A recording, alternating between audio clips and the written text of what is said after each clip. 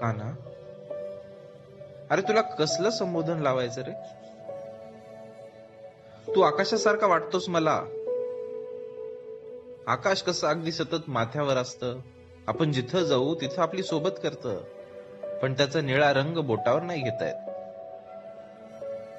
खरं म्हणजे तुझं नाव घेतल्यावर ना तू मानवी रूपात डोळ्यासमोर येतच नाहीस. आधी येते ती आकाशाची गडद निळाई, आणि मग त्या मागोमाग लहरत येतं एक मोरपीस, तुझं मोरपीस. खरं तर तुझ्या इतका मानवी जीवनात मिसळलेला कुठलाच देव नाही. प्रत्येक नातं तू समरसून जगलास, आणि हो, वेळ येताच ते नातं त्यागून मोकळाही झालास. पण कधी परत वळून बघितलंस का रे मागे?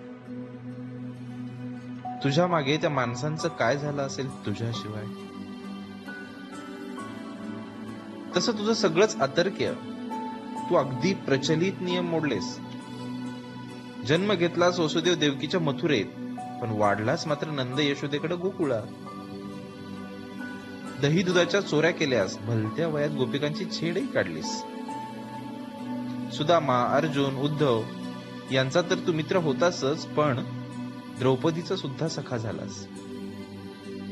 मित्रमैत्रीण हे सुंदर नातं तू भारतीय स्त्रीला दिलंस, कारण बाईचा मित्र ही संकल्पनाच नव्हती रे तुझ्या आधी आपल्याकडं. एकतर तो स्त्रीचा पिता, पती किंवा तो पुत्र असावा, अशी आपल्या समाजाची रीत. विवाहित राधेचा तर तू चक्क प्रियकर झालास. अगदी म्हणजे प्रेमाचं प्रतीक म्हणून नाव घेताना राधेचं नाव घेतलं जातं तुझ्या आधी. पुढे अष्टनायिकांचा पती झालास. दुष्टांच्या तावडीतून सोडवलेल्या 16 सहस्त्र स्त्रियांना तू अभय दिलंस. तुझ्या नंतरही अनेक वर्षांनी सुरदासांनी तुझं बालपण त्यांच्या पदातून मांडलं.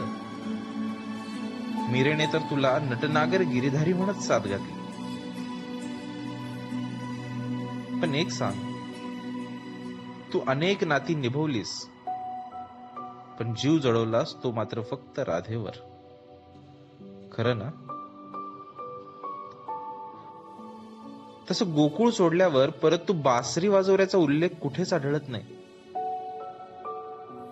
गीतेत यदा यदा हि धर्मस्य ग्लानिर्भवति भारत असं म्हणत तू परत येण्याचं वचनही दिलं आहेस. पण आता युद्धासाठी नको रे येऊस. आम्ही जो माणसं आहोत ना, ते माणसं म्हणजे एक एक बेट झालोय, खूप दूर गेलो एकमेकांपासनं. या बेटावर नात्यांचं पूल बांधायला ये. आणि हो, येताना एक वेळ रुक्मिणीला नाही आणलंस तरी चालेल, पण राधिकेला मात्र नक्की सोबत घेऊन ये. म्हणजे तुझी ती सुमधूर बासरी ऐकायला मिळेल आम्हाला. कृष्णा, पुन्हा एकदा बासरीत सूर भरायला ये.